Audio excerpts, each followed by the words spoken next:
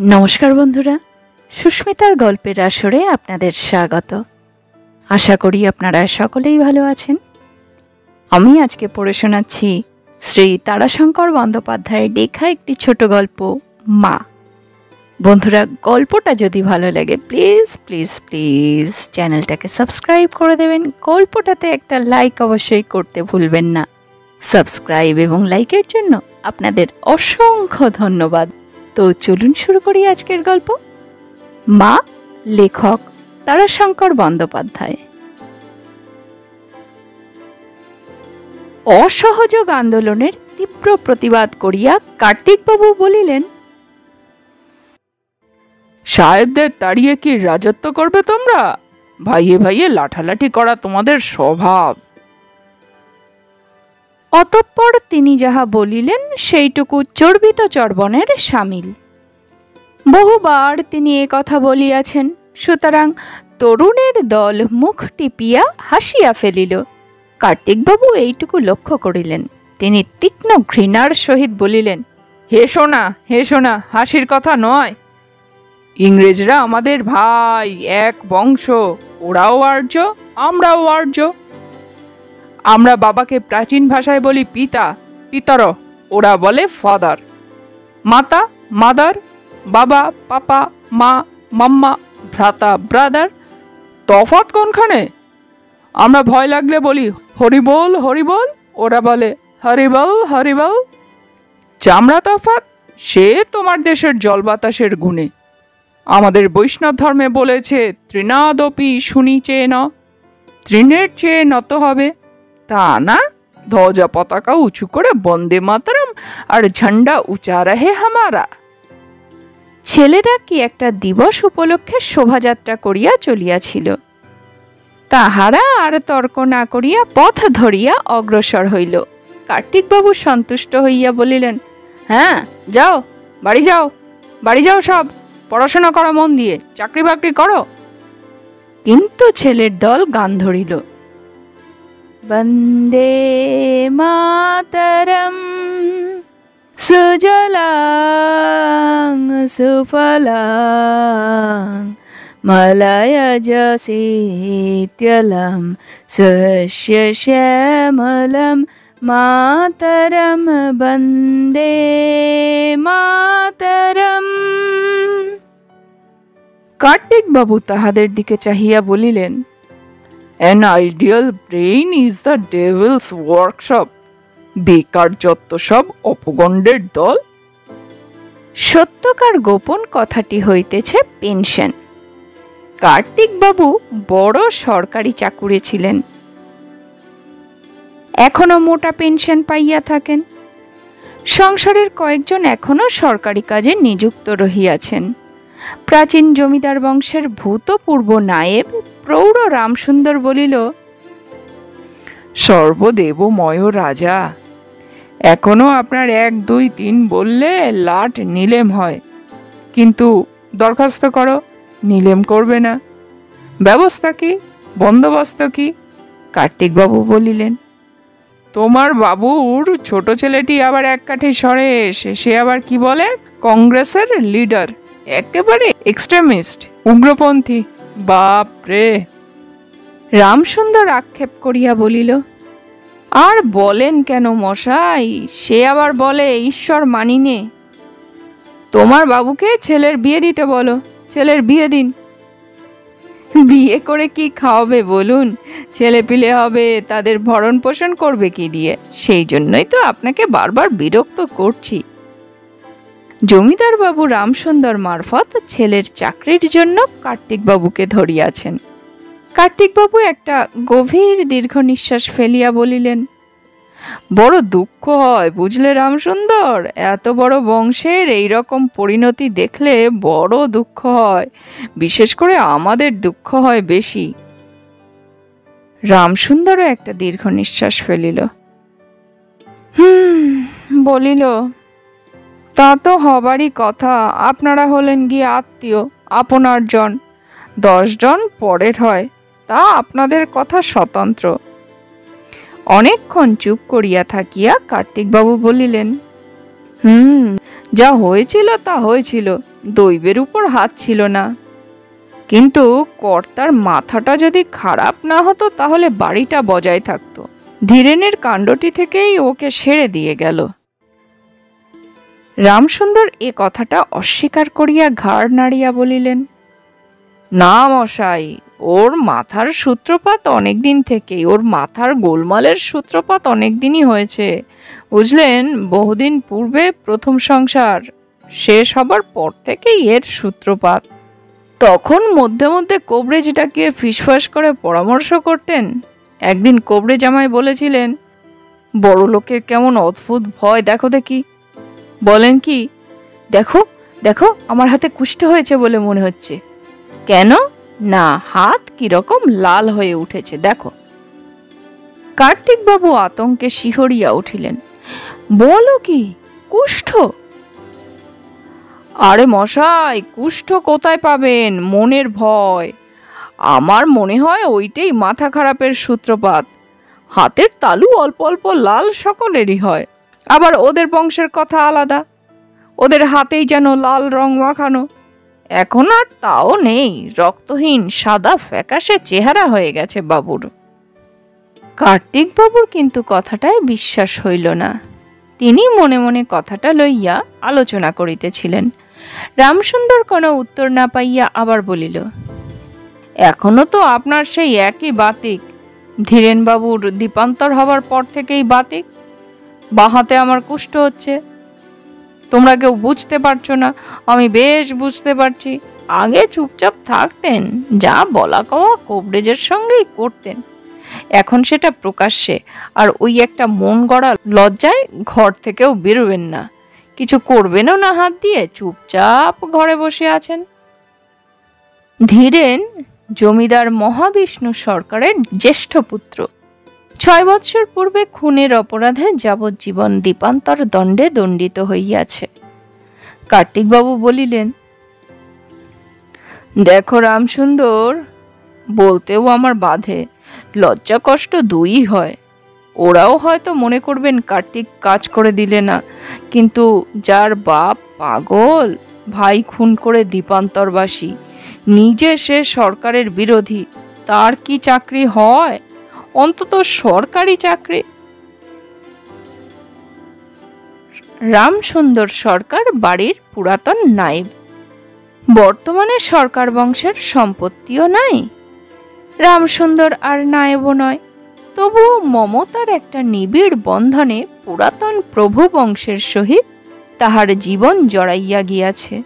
সে এখনো তাহাদের জন্য এই সংসার সমুদ্রে ভার বহন ক্ষম একখানি তরণীর সন্ধানে ব্যাকুল আগ্রহে ছুটিয়া বেড়াইতেছে। তরণীতে তাহার মন উঠে না, মনের গোপন ইচ্ছা একখানি ধ্বজ শোভিত অর্ণবপোত। এই চাকরির জন্য কার্তিকবাবুকে অনুরোধ সে মিথ্যা মহাবিষ্ণুবাবু ও তাহার পত্নীর নাম দিয়া নিজেই করিতে আসিয়াছে। তাহারা কেহ বিন্দু বিসর্গ পর্যন্ত জানেন না। দয়াময়ী মূর্তিমতী লক্ষ্মী প্রতিমার মতো ছোট মায়ের ম্লান মুখ মনে হইলে তাহার চোখে জল আসে। 5 পুরুষ পূর্বে রচিত সরকারদের দালান বাড়িখানা এখন ইট কাঠের একটা স্তূপ। একদিকে একটা বটগাছ প্রবল বিক্রমে কয়েক বৎসরের মধ্যেই নাগপাশের মতো মূল বেষ্টনীর পেছনে একে একে বক্ষপঞ্জরগুলি ভাঙিয়া ভাঙিয়া চলিয়াছে। সেদিকটা এখন অব্যবহার্য। বড় বড় ফাটলের মধ্যে দিয়া নিশীথ রাত্রে বাতাস কাঁদিয়া ফেরে। মধ্যে মধ্যে ধূপধাপ করিয়া পলেস্তারা বা ইটের চাঙড় খসিয়া পড়ে।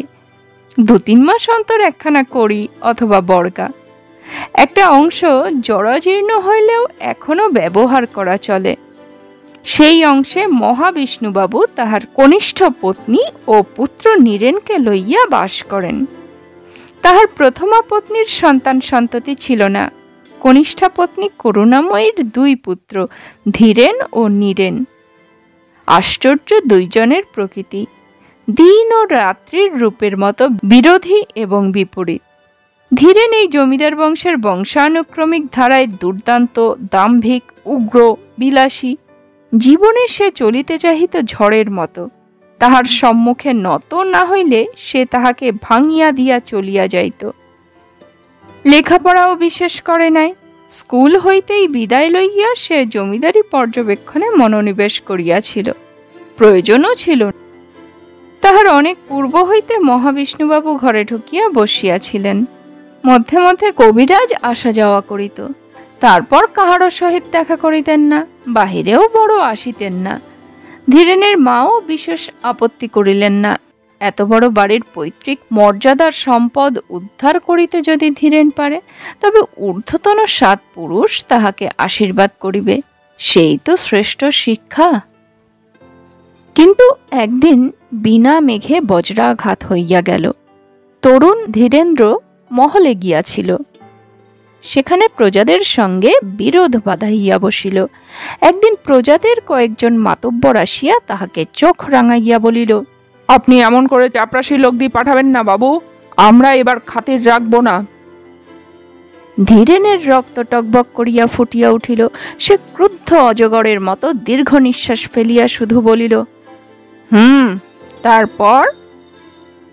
আমরা খাজনাও দেব না বাবু, বৃদ্ধির সুদ তো দেবই না। তারপর? তারপর আবার কি? বেশি যদি করেন আমরা ম্যাজিস্ট্রেটের কাছে দরখাস্ত করব, দরবার করব।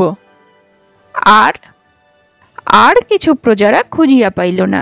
কিন্তু একটি 19-20 বৎসরের ছেলের এই আকাশ স্পর্শী আভিজাত্যের নিকট অত্যন্ত খাটো হইয়া গিয়া তাহাদের অন্তর ক্ষোভে ভরিয়া উঠিল। সেই ক্ষোভের আক্রোশেই একজন বলিয়া উঠিল, মশাই, এত ভালো নয়, বুঝলেন? এই পাপেই আপনার বাবার কুষ্ঠ হয়েছে। অকস্মাৎ যেন একটা বজ্রপাতে আগ্নেয়গিরির উৎস মুখ খুলিয়া গিয়া অগ্নুদ্গার হইয়া গেল।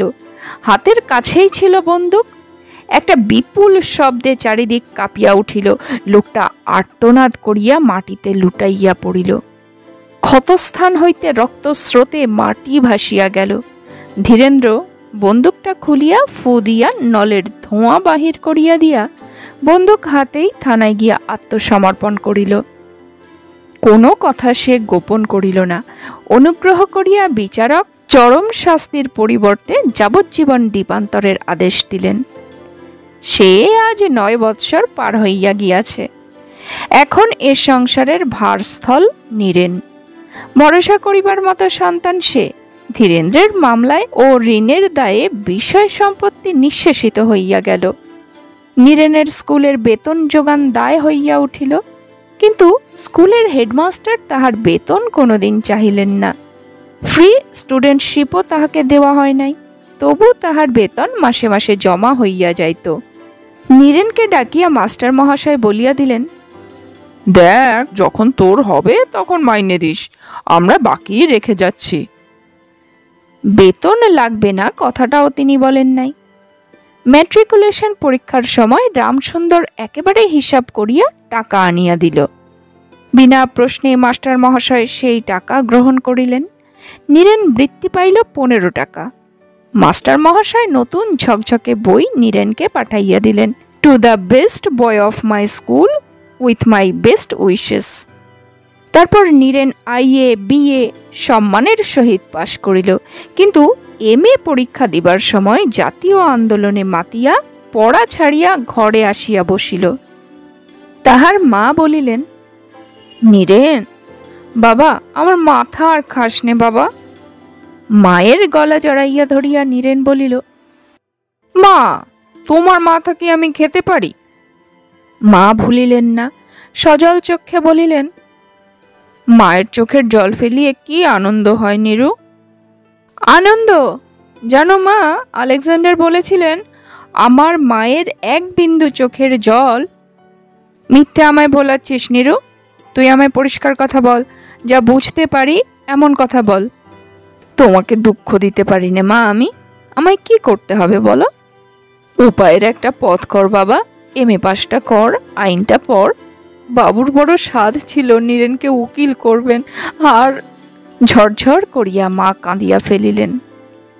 নীরেন সেই বৎসরে MA পরীক্ষা দিয়া বসিল। পড়াশোনা তাহার শেষ হইয়া গিয়াছিল। পরীক্ষায় পাশও সে করিল, কিন্তু ফল তাহার ভালো হইল না। রামসুন্দর আনন্দে আত্মহারা হইয়া বলিল, এইবার ভাই আইনটা পাশ করে ফেলো, আমি তোমাকে কেস এনে দেব। এইবার তাহলে আমি ওই কার্তিকবাবুকে দেখিয়ে দিই। অন্ধকার রাত্রি। বাড়ির সেই ফাটলে ভরা জরাজীর্ণ অংশটার ছাদের উপরে নীরেন বসিয়াছিল। মৃদু বাতাসের বেগে বটগাছটার পত্রান্দোলনে খসখস শব্দ উঠিতেছিল, যেন কাহারা ফিসফিস করিয়া কথা কহিতেছে, কানাকানি করিয়া হাসিতেছে। নীরেন সেই দিকে চাহিয়া কিছু বোধহয় চিন্তা করিতেছিল। মা তাহার সন্ধান পাইলেন, তিনি ডাকিলেন, নীরেন, উঠে আয় বাবা।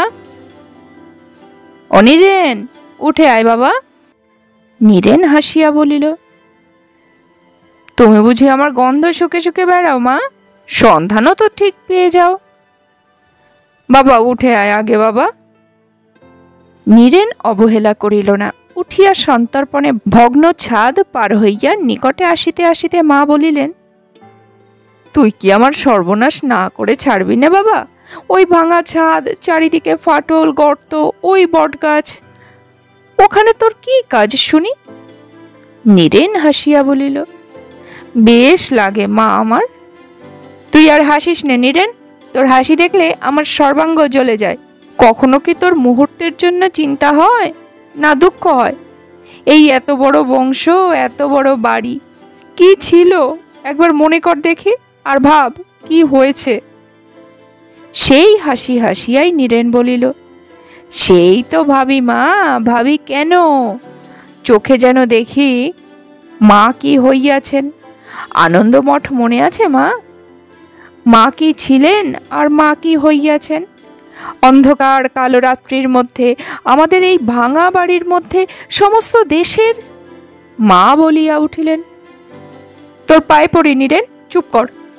তোর দেশকে ছাড়, মাটিকে ভক্তি না করে মাকে একটু ভক্তি কর বাবা। মায়ের পায়ের ধুলা লইয়া নীরেন বলিল, তুমি বড্ড সেন্টিমেন্টাল মা। আর রাগ করবে না তো, বড্ড হিংসুটে তুমি। মা দৃঢ় স্বরে এইবারে বলিলেন, দাঁড়া, এইবার তোর আমি বিয়ে দেব। এই তোর সব পাকামি আমি ঘুচিয়ে দিচ্ছি। নীরেন হা হা করিয়া হাসিয়া যেন ভাঙিয়া পড়িল। হাসি দেখিয়া মায়ের সর্বাঙ্গ জ্বলিয়া গেল। তিনি বিরক্তপূর্ণ কণ্ঠে বলিলেন, হাসছিস কেন? বিয়ের কথা শুনে আনন্দ হচ্ছে মা। মা আর কোনো কথা বলিলেন না। তিনি সেখান হইতে একেবারে আসিয়া সন্তর্পণে স্বামীর কক্ষের দুয়ার ঠেলিয়া প্রবেশ করিলেন। পিলসুজের উপর প্রদীপের আলো জ্বলিতেছিল। ঘরখানি আয়তনে বৃহৎ। ক্ষুদ্র একটি প্রদীপের মৃদু আলোকের ব্যাপ্তি সর্বত্র প্রসারিত হইতে পারে নাই। আলোকিত পরিধিটুকুর চারপাশে অন্ধকার নিথর হইয়া যেন দীপ নির্বাণের প্রতীক্ষায় জাগিয়া রহিয়াছে। তাহার উপর ঘরখানা অস্বাভাবিক রূপ নিস্তব্ধ। আলো আধারী নিস্তব্ধতায় ঘরখানি যেন রহস্যের মোহে আচ্ছন্ন। মহাবিষ্ণুবাবু নিজের বিছানার উপর নিস্তব্ধ ছায়া মূর্তির মতো বসিয়া আপনার বাম হাতখানি ঘুরাইয়া ফিরাইয়া দেখিতেছিলেন। নীরেনের মা ঘরে প্রবেশ করিতেই তিনি নীরবে তাহার উপর দৃষ্টি নিক্ষেপ করিলেন। ওই দৃষ্টির মধ্যে তাহার ভাষা প্রকাশ পায়। নীরেনের মা তাহার নিকটে আসিয়া মৃদুস্বরে বলিলেন, খিদে পেয়েছে? আপনার চিবুকে অত্যন্ত চিন্তিতভাবে একবার হাত বুলাইয়া তিনি মৃদুস্বরেই উত্তর দিলেন, হ্যাঁ। আচ্ছা, আনছি খাবার, কিন্তু আমি একটা কথা তোমাকে বলতে চাই, আর না বললেই নয়। বলো। তুমি একবার নীরেনকে ডেকে বেশ করে বুঝিয়ে বলো না। বলবো।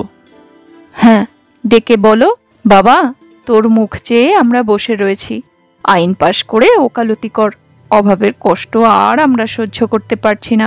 পৈতৃক মর্যাদা তুই আবার বজায় আন। নীরেন এবার তো এমএ পাশ করলে না? হ্যাঁ, ও যদি মনে করে তবে না পারে এমন কাজ নেই, কিন্তু দেশই ওকে খেলে। কি যে দেশ দেশ বাতিক হয়েছে। দেশ? হ্যাঁ গো হ্যাঁ, দেশ। জন্মভূমি বন্দে মাতারাম। তারপর গভীর চিন্তা করিয়া বলিলেন, আচ্ছা, সুরেন বাড়ুজ্যে মশাই এখন কি করছেন? ও না না, ও না, এখন তো লিডার হলেন গান্ধী। বলিয়া তিনি ঘাড় নাড়িতে আরম্ভ করিলেন, যেন ব্যাপারটা সব হৃদয়ঙ্গম হইয়াছে, সকল কথাই তাহার মনে পড়িয়াছে। আমি ডেকে দিচ্ছি নীরেনকে, বলিয়া নীরেনের মা বাহির হইবার জন্য দরজার মুখে ফিরিলেন। মহাবিষ্ণুবাবু বলিলেন, শোনো, কি? অভাব কি আজকাল খুব বেশি হয়েছে? না না না, কিন্তু নীরেন ওকালতি করলে যে আবার সেই সবই হবে। চণ্ডীমণ্ডপ, পুজো, বাড়ি, জমিদারি এ সবই ফিরে আসবে। গাঢ়স্বরে মহাবিষ্ণুবাবু বলিলেন, দেখো, কি করব আমি, লজ্জায় বেরোতে পারি নে। কুষ্ঠরোগ নিয়ে কি 10-এর সামনে বার হওয়া যায়? কোথায় তোমার কুষ্ঠরোগ? ওই তোমার এক বাতিক। ডাক্তার কবরেজরা কি বলছেন? দুবার পরীক্ষা করানো হলো রক্ত, কেউ বলেছেন যে ওই ব্যাধি হয়েছে তোমার? এই হাতটায় দেখো না, এটাতে আর কিচ্ছু নেই। এইটাই দেখো না, এরকম লাল লাল হয় কারোর হাত, এত টাটিয়ে থাকে। তিনি শীর্ণ জীর্ণ হাতখানি সেই অস্পষ্ট আলোকের সম্মুখে প্রসারিত করিয়া ধরিলেন। নীরেনের মা একটা গভীর দীর্ঘ নিঃশ্বাস ফেলিয়া ঘর হইতে বাহির হইয়া আসিলেন। আর এখন নীরেনকে পাঠাইয়া কোনো লাভ নাই। এখন ওই রোগের কথা ছাড়া আর কোনো কথাই মহাবিষ্ণুবাবু বলিবেন না। নীরেন ঘরের মধ্যে বসিয়াছিল।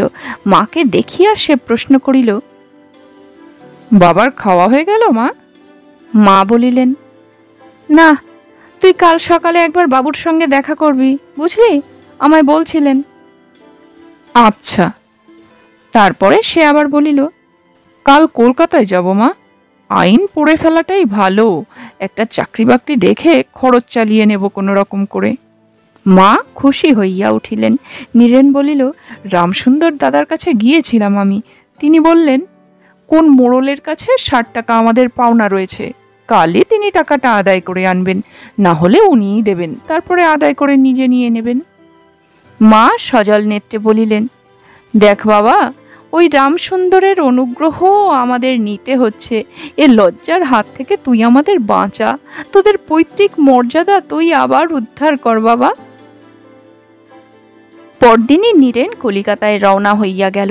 মাস 6 পর গভীর রাত্রে নীরেনের ডাক শুনিয়া মা চমকিয়া জাগিয়া উঠিলেন। নীরেন?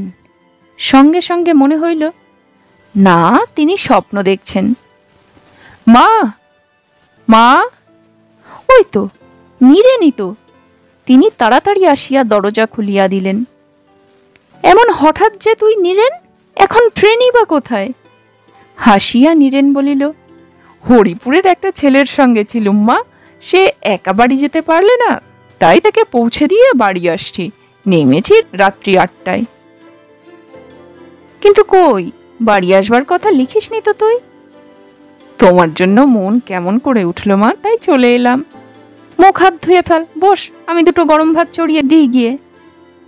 ভাত?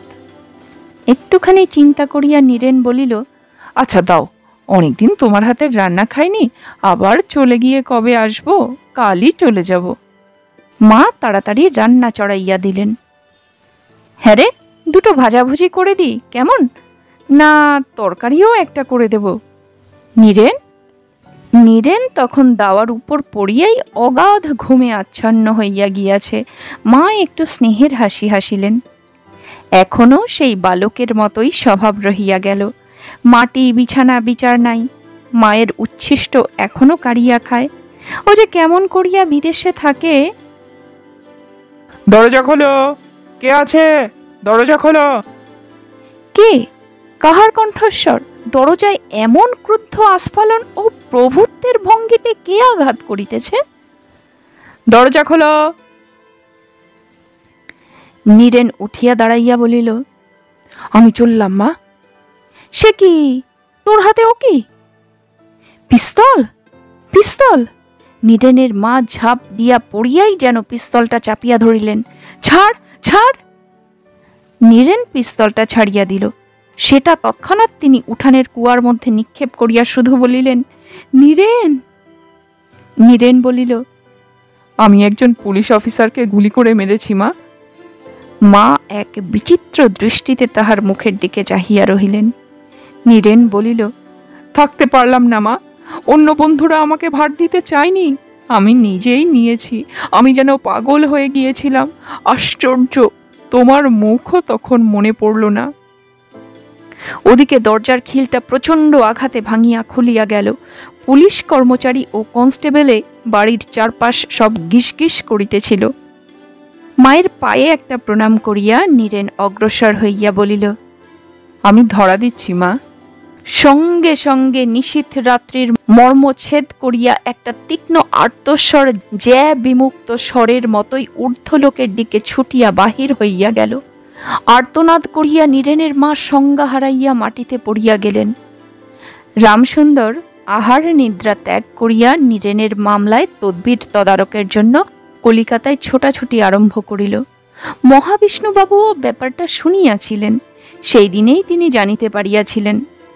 খানা তল্লাশি করিতে পুলিশ তাহার ঘরেও প্রবেশ করিয়াছিল।